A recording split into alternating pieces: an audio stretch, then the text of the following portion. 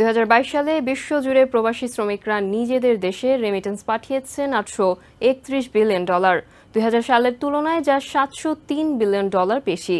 এর মধ্যে $647 বিলিয়ন আয় করছেন নিম্ন ও মধ্য আয়ের দেশের শ্রমিকরা। বাংলাদেশ সময় মঙ্গলবার দুপুরে রাজধানীর বনানীতে আয়োজিত সংবাদ সম্মেলনে IOM প্রকাশিত ওয়ার্ল্ড মাইগ্রেশন রিপোর্টে এসব তথ্য উঠে এসেছে।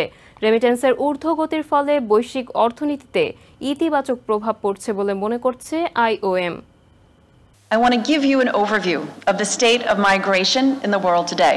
অভিবাসনে বিশ্বের শীর্ষ 6-এ থাকা বাংলাদেশে এবারই প্রথম ওয়ার্ল্ড মাইগ্রেশন রিপোর্ট প্রকাশের আয়োজন করে international organization of migration IOM। বার্ষিক এই প্রতিবেদনে গুরুত্ব পায় বিশ্বের সকল প্রবাসীদের তথ্য, জলবায়ু পরিবর্তন ও বিভিন্ন কারণে বাস্তুচ্যুতি সহ নানা বিষয়। The launch of the World Migration Report in 2024. প্রতিবেদনে বলা হয় 2000 সাল থেকে 2022 সাল পর্যন্ত বিশ্বে অভিবাসন বেড়েছে 650%। বর্তমানে পৃথিবীব্যাপী কাজের সন্ধানে নিজ দেশ ছেড়ে অন্য দেশে অবস্থান করছেন প্রায় 280 মিলিয়ন মানুষ। 22 বছরের ব্যবধানে $128 বিলিয়ন থেকে রেমিটেন্স প্রবাহ বেড়ে দাঁড়িয়েছে $831 বিলিয়ন। এর মধ্যে $647 বিলিয়ন আয় করছে নিম্ন ও মধ্যম আয়ের দেশগুলো। For international migrants, ভূমধ্যসাগর পাড়ি দিতে গিয়ে মৃত্যুবরণ করা মানুষের মধ্যে 12%ই বাংলাদেশের। অভিবাসনের সঙ্গে জড়িত অধিকাংশ বিষয়ের নমুনা পাওয়া যায় বাংলাদেশেই। মাইগ্রেশন গভর্নেন্স ফ্রেমওয়ার্কের শুরু বাংলাদেশ থেকেই। অভিবাসনের যে বিশেষ 3টি দিক নিয়ে IOM কাজ করে তার সবই বাংলাদেশে রয়েছে। সেজন্যই প্রথমবারের মতো জেনেভার বাইরে বাংলাদেশে অভিবাসন রিপোর্ট প্রকাশ করা হলো।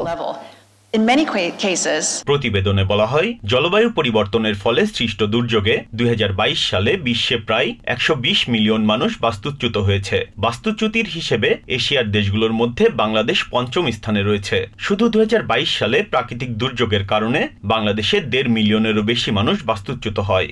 Now, one of the biggest problems that we're seeing around the world, জলবায়ু পরিবর্তনের অভিঘাত মোকাবেলা এই মুহূর্তে সবচেয়ে বড় চ্যালেঞ্জ। প্রাকৃতিক দুর্যোগের ফলে বাস্তুচ্যুত মানুষের সংখ্যা দিন দিন বেড়েই চলেছে।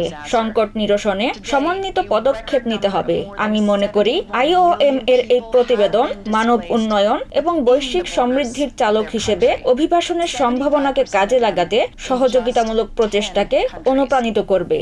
but displacement is different. অনুষ্ঠানে যোগ দিয়ে বাংলাদেশের পররাষ্ট্রমন্ত্রী ডক্টর হাসান মাহমুদ বলেন, বাস্তুচ্যুতির সঙ্গে রাজনৈতিক আশ্রয় এবং ধর্মীয় সংঘাতের মতো বিষয়গুলো জড়িত। সম্প্রতি বাস্তুচ্যুত হওয়ার কারণ হিসেবে প্রাকৃতিক দুর্যোগ যুক্ত হয়েছে, যা দুশ্চিন্তার বড় কারণ। Nearly 12 million people. প্রবাসী আয় বাংলাদেশের অর্থনীতির অন্যতম চালিকা শক্তি। তবে প্রাকৃতিক দুর্যোগের ফলে বাস্তুচ্যুতি বড় চিন্তার কারণ হয়ে উঠেছে। বাস্তুচ্যুত হয়ে বাংলাদেশে আসা রোহিঙ্গাদের সংখ্যা এখন 1.3 মিলিয়ন। তাদের কারণে বাংলাদেশে মাদক ও সন্ত্রাস বাড়ছে।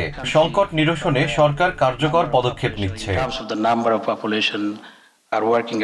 ওয়ার্ল্ড মাইগ্রেশন রিপোর্টের তথ্য অনুযায়ী সারা বিশ্বের জনসংখ্যার প্রায় 3.5% মানুষ অভিবাসী হিসেবে কাজ করে। এর মধ্যে নারী 48%। গত বছর বিভিন্ন কারণে বিশ্বে 8,500 অভিবাসী নিখোঁজ বা মারা গেছেন।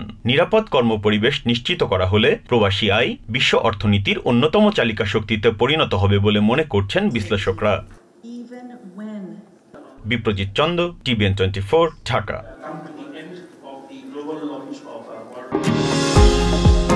নিউ ইয়র্ক থেকে সম্প্রচারিত TVN 24 টেলিভিশন বিশ্বজুড়ে বাঙালির কণ্ঠস্বর।